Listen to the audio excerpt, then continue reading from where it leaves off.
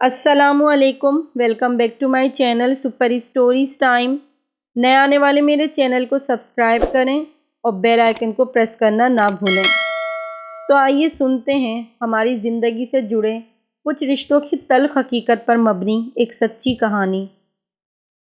رات ہونے والی بارش اور تیز طوفان نے صحن کا حلیہ بگاڑ کر رکھ دیا تھا۔ جا بجا پھیلے شہتوت، پیپل، نیم اور جامن کے پتے اپنی چھپ دکھا رہے تھے۔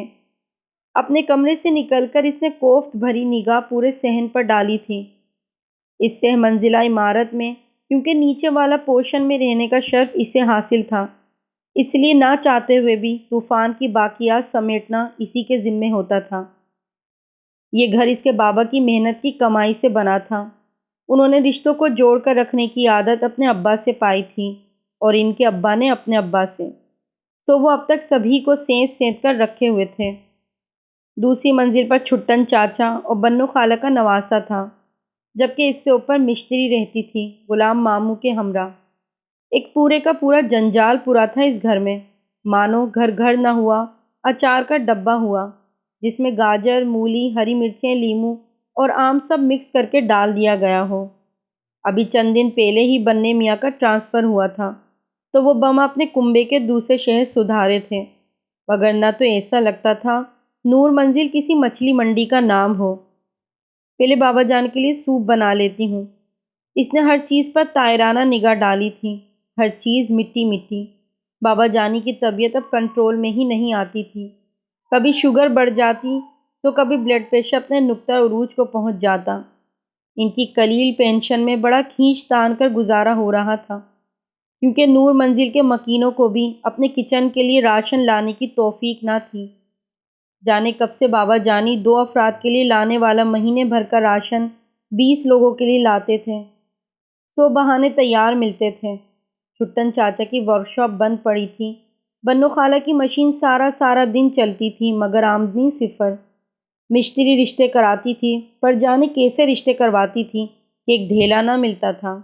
غلام چچا کا اپنا چلتا کاروبار تھا، جو جانے کدھر چلتا تھا کہ 1 روپیہ نہ نکلتا ان کی جیب سے۔ مجال ہے جو کبھی دیکھنے کو ملا ہو۔ اور غلام چچی، وہ تو استانی تھی، پھر نہ جانے کدھر تنخواہ جاتی تھی۔ وہ مستعدی سے سانجھے باورچی خانے میں آئی تھی۔ ایک سلنڈر مشتری کے قبضے میں تھا، جبکہ دوسرا غلام چچی سنبھالے بیٹھی تھی۔ ایک حصہ مجھے خالی کر دیں، مجھے بابا جانے کے لیے سوپ بنانا ہے، وہ من منائی تھی، جسے قطعاً خاتے میں نہ لایا گیا تھا۔ چھری طرح دم تو لو، ہم بھی کام ہی کر رہے ہیں، مشتری بولی تھی۔ مجھے بابا کے لیے سوپ بنانا ہے، اس نے چبا کر ایک لفظ پر زور دیا تھا۔ مجھے میکرونی بنانی ہے اور دوسرے پر چنے ابل رہے ہیں، تھوڑا صبر کرو۔ یعنی کسی کا کوئی ارادہ نہ تھا اس کے بابا کے لیے سوپ بنانے دینے کا، حالانکہ زیادہ بھوکا رہنے سے ان کی طبیعت خراب ہو جاتی تھی۔ ڈھیر سارے آنسو اس کی آنکھوں میں امڑ آئے تھے۔ چپ چاپ باہر آ کر وہ پھیلاوا سمیٹنے میں مگن ہو گئی تھی۔ صحن کو جھاڑو کی نہیں، پانی کی ضرورت تھی۔ اس نے جلدی جلدی پائپ لگا کر دھونا شروع کر دیا تھا۔ اسے یاد آیا تھا ابھی پرسوں ہی کی بات تھی، جب ابا کے ماہانہ چیک اپ کے لیے پیسے کم پڑ رہے تھے تو وہ غلام چچی سے مانگنے چلی گئی، مگر انہوں نے تو منہ پر ہی صفا چٹ انکار کر دیا تھا، بلکہ الٹا اسے مفت مشورے سے بھی نوازنے لگی تھی۔ پڑھی لکھی ہو، کہیں نوکری کیوں نہیں کرتی؟ ہر وقت ہاتھ پھیلائے رکھنا اچھا لگتا ہے کیا؟ بے انتہا نخوت تھی ان کے لہجے میں۔ وہ چاہتی تھی کہ کرارا سا جواب دے۔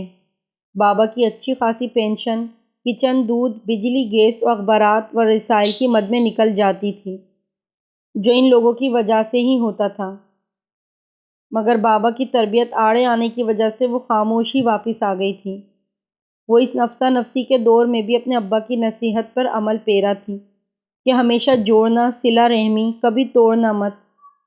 کچن میں بے ہنگم سا شور برپا ہوا تھا۔ اس نے تقریباً صحن دھو ہی لیا تھا، اس لیے پائپ سمیٹ کر کچن میں آ گئی۔ غلام چچی کی میکرونی اور چنے والی ٹرے نہ جانے کیسے زمین بوس ہو چکی تھی۔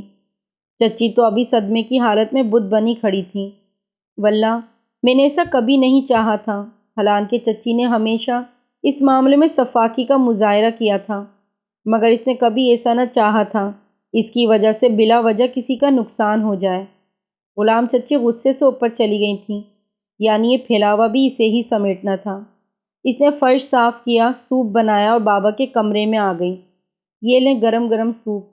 वो दुनिया में इसकी इकलौती खुशी थे, जीने की वजह, सुकून का सामान, आंखों की ठंडक। इनसे बात करते हुए लहजा खुद ब खुद ही खुशगवार हो जाता था। बाबा, हमारे हालात कब ठीक होंगे? रताबा बेटा, हर मुश्किल के साथ आसानी है। वो ठीक से बोल नहीं पाते थे, इसलिए मुख्तसर उसे तसल्ली दी थी। वो बाहर निकल आई थी इनके कमरे से। बाबा जितना हौसला इसमें नहीं था। बहुत दिन पहले उसे बाबा को अस्पताल लेकर जाना था। चाचा, आप हमें अस्पताल ले जाएंगे? इसने बड़ी आस से गुलाम चाचा से पूछा था, जिनके पास अपनी ज़ाती गाड़ी थी। भाई, मुझे तो अपने बड़े ज़रूरी काम हैं, मैं अस्पताल के चक्कर नहीं काट सकता। तुम्हारे बाबा तुम्हारी जिम्मेदारी हैं, तुम ही संभालो। और वो ये नहीं पूछ पाए कि आप लोग तो मेरे बाबा की जिम्मेदारी नहीं, फिर क्यों बिना माथे पर शिकन लाए संभाल रहे हैं इतने सालों से, बिना कुछ कहे, कोई एहसान जताए। इस दिन गुलाम चाचा की गाड़ी बामुश्किल चोरी होते होते बची। जाने क्यों? वो बाबा को रक्शे पर ले गई थी।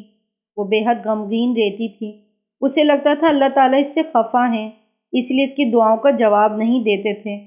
इसकी नमाजों में बददिली आ गई थी, जिसे फर्ज समझकर मारे बंदे पढ़ रही हो। कभी कभी ऐसा लगता था इसके किसी अमल की वजह से अल्लाह ताला इससे सख्त खफा है। वो गिड़गिड़ाकर रोती, अपने गुनाहों की माफ़ी मांगती। वो पहले जैसी रताबा नहीं रही थी, अपने हालात से शिकवा किना, अपनी तकदीर से खफा खफा।